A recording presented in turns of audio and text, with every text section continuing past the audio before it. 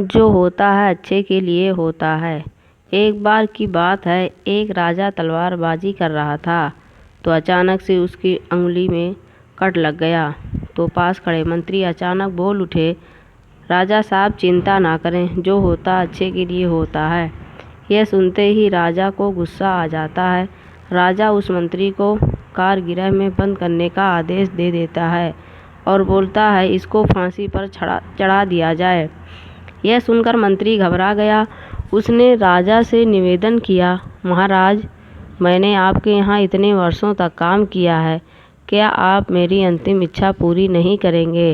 राजा बोला, ठीक है, बताओ क्या है तुम्हारी अंतिम इच्छा? मंत्री बोला, कृपया मुझे 10 दिन का समय दीजिए, उसके बाद आप मुझे जो चाहें सजा दे दीजिए। राजा ने उसकी अंतिम इच्छा मान ली। राजा दूसरे दिन अपने सैनिकों के साथ जंगल में शिकार पर निकला। जंगल के बीच में राजा अपने सैनिकों से बिछड़ गया और रास्ता भटक गए।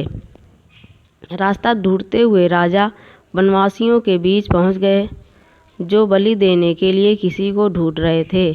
वनवासियों ने राजा को पकड़ लिया और वन की देवी को बलि देने के लिए ले गए। बलि देने की सारी तैयारियां पूरी हो गईं। जैसा ही राजा को बलि देने के स्थान पर ले जाया गया, वहां खड़े बुजुर्ग की नज़र राजा के खंडित अंगुलियों पर पड़ी। उसने आवाज़ लगाई कि यह तो खंडित हैं, इसकी बलि नहीं दी जा सकती। तो वनवासियों ने राजा को छोड़ दिया। राजा जैसे तैसे वहां से भाग निकला और अपने राज्य पहुंचा। सबसे पहले कारागृह में अपने मंत्री से मिलने पहुंचा। राजा ने मंत्री से कहा, आपने सही कहा था, अगर मेरी अंगुली ना कटी होती तो मैं जिंदा नहीं होता।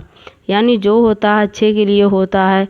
राजा ने फिर पूछा, मेरा तो फ़ायदा हुआ, लेकिन आप कैसे फ़ायदा हुआ?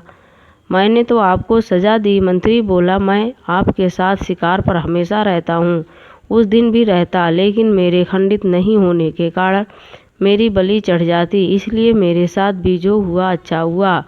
राजा प्रसन्न हुआ, लेकिन छोटी सी बात पर मंत्री को सज़ा देने का दुख भी हुआ। इसलिए राजा ने मंत्री को कारागृह से निकलने का फिर से अपने साथ रख लिया। शिक्षा। दोस्तों, अपने जीवन में भी बहुत से उतार चढ़ाव आते रहते हैं। कभी कभी कुछ चीज़ें मन मुताबिक नहीं होती, इस कारण से कभी निराश नहीं होना चाहिए। हमेशा याद रखें, जो होता है अच्छे के लिए होता है। भले ही कुछ अच्छा हो या ना हो, लेकिन उस परिस्थिति के प्रति सकारात्मक नज़रिया रखने से उसका प्रभाव बहुत कम हो जाता है।